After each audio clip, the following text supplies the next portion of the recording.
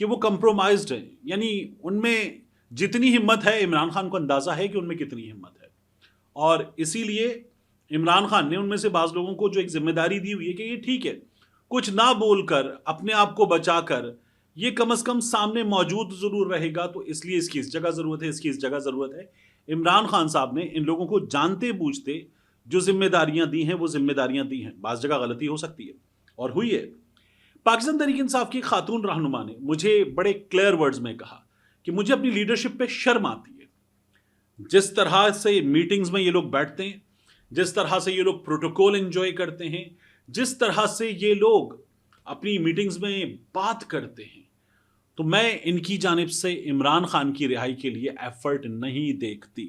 مجھے نظر نہیں آتا کہ یہ لوگ سیریس ہیں عمران خان کی رہائی کے لیے ایفرٹ کرنے میں، اور عمران خان اس عمر میں اس جگہ اس طرح کے انہوں نے کہا اس طرح کے جعلی مقدمات میں جیل میں ہے، لیڈرشپ کچھ نہیں کر رہی۔ تو یہ جو میاں عباد فاروق ہے انہوں نے تو کھل کے کہہ دیا نا کہ یہ لیڈرشپ بغیرت ہے، انہوں نے یہ ورڈز استعمال نہیں کیے، لیکن کم و بیش مطلب ان کی بات کا یہی تھا کہ شرم آتی ہے ان لوگوں پر شرم آتی ہے۔ تو میں نے آپ سے عرض کیا کہ پاکستان تحریک انصاف کے لیے ایک آفر ہے، 3 مخصوص صحافی ایک جگہ بٹھائے گئے، ان کو کچھ چیزیں بتائی گئیں۔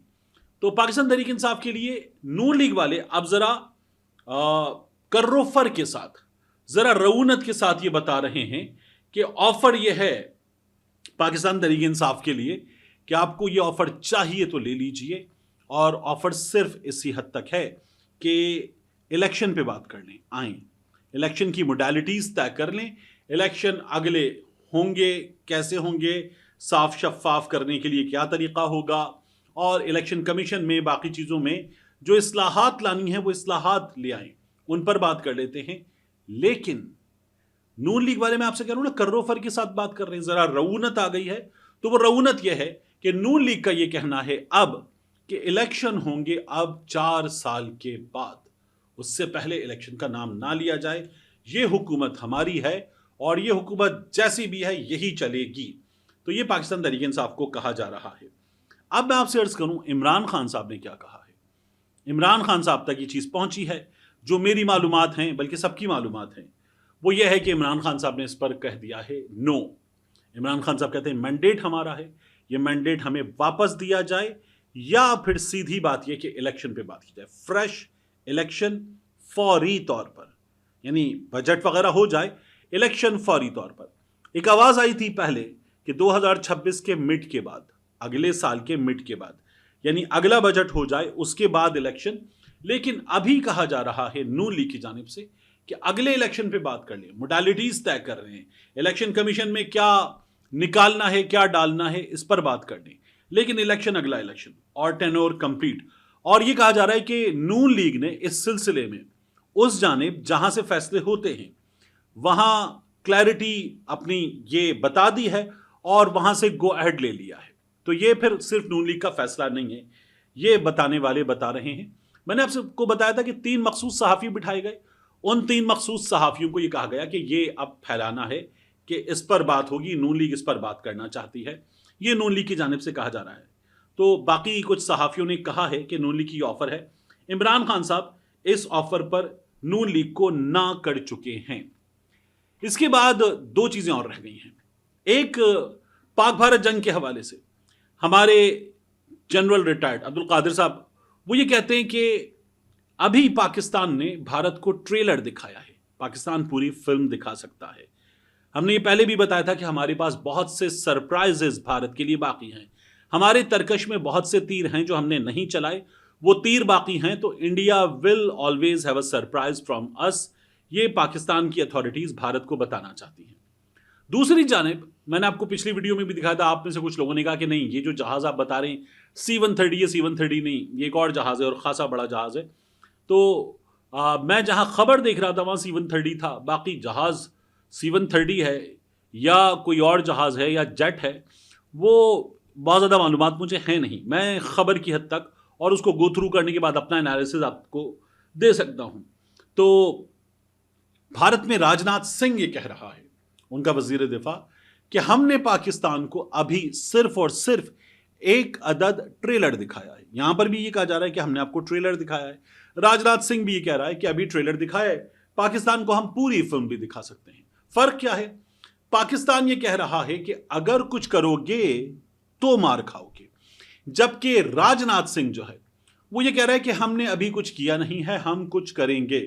تو بھارت جو ہے وہ اسے پاز قرار دے کر، سیز فائر نہیں، پاز قرار دے کر ابھی مزید آگے کچھ کریں گے یہ بار بار کہہ رہا ہے۔ یہ سچویشن ہے۔ میرا یہ خیال ہے کہ دونوں ملک، یہ جو امریکہ نے تجارت کی بات کی ہے اس کے بعد چپ کر کے بیٹھیں گے، لیکن ایل او سی پر جو کچھ ہوتا رہا ہے اس طرح کی چیزیں ہوتی رہیں گی، وہاں چاند ماری جاری رہے گی، اور افسوسناک ہے وہ بھی، کیونکہ شہریوں کی جانیں جاتی ہیں اس میں، بہت خوفناک ہے۔ آخری چیز، آپ یہ جو فیملی دیکھ رہے ہیں نا، یہ فیملی لاہور میں ایک بل بورڈ پر نظر آئی۔ بل بورڈ تھا اپنا گھر اپنی چھت۔ مریم نواز شریف صاحبہ نے جو دعویٰ کیا کہ ہم نہ جانے کتنے گھر بنا دیں گے، کتنے بنا چکے اور لوگوں کو دے رہے ہیں، تو اپنا گھر اپنی چھت کی تشہیری مہم میں ایک اشتہاری بورڈ لگایا گیا مشتہر کرنے کے لیے، اور اس بورڈ پر اس فیملی کی تصویر تھی۔ مریم نواز شریف صاحبہ کی تو تصویر ہر بار ہوتی ہے، ہر حال میں ہوتی ہے، اس فیملی کی تصویر تھی۔ اس فیملی نے کہا ہے کہ ہمارا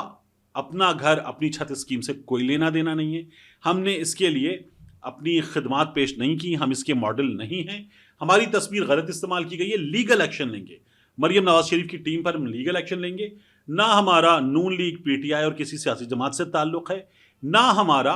اس اسکیم سے کوئی تعلق ہے، نہ ہم نے اس میں گھر لیا ہے، نہ خریدا ہے، نہ انویسٹمنٹ ہے، ہمارا اس سے بھی کسی بھی قسم کا کوئی تعلق نہیں ہے۔ تو مریم نواز شریف صاحبہ کو ان کی ٹیم نے چونا لگایا ہے۔ ایک باقاعدہ طور پر فیملی دکھا دی گئی ہے جس کے بارے میں ظاہر ہے کہ یہ بتایا گیا ہوگا کہ یہ اشتہار ہے، اس اشتہار کی اس بورڈ پر لگنے کی یہ کاسٹ ہے، اس کی ڈیزائننگ کی یہ کاسٹ ہے، اور اشتہار میں یہ جو فیملی ہے جنہوں نے ماڈل کیا ہے اور یہ جو فیملی نظر آ رہی ہے، ان کو ہم نے یہ پے کیا ہے ممکنہ طور پر۔ تو مریم نواز شریف صاحبہ کو یہاں ممکنہ طور پر چونا لگا دیا گیا ہے۔ ملتے ہیں انشاءاللہ آپ سے اگلی ویڈیو میں۔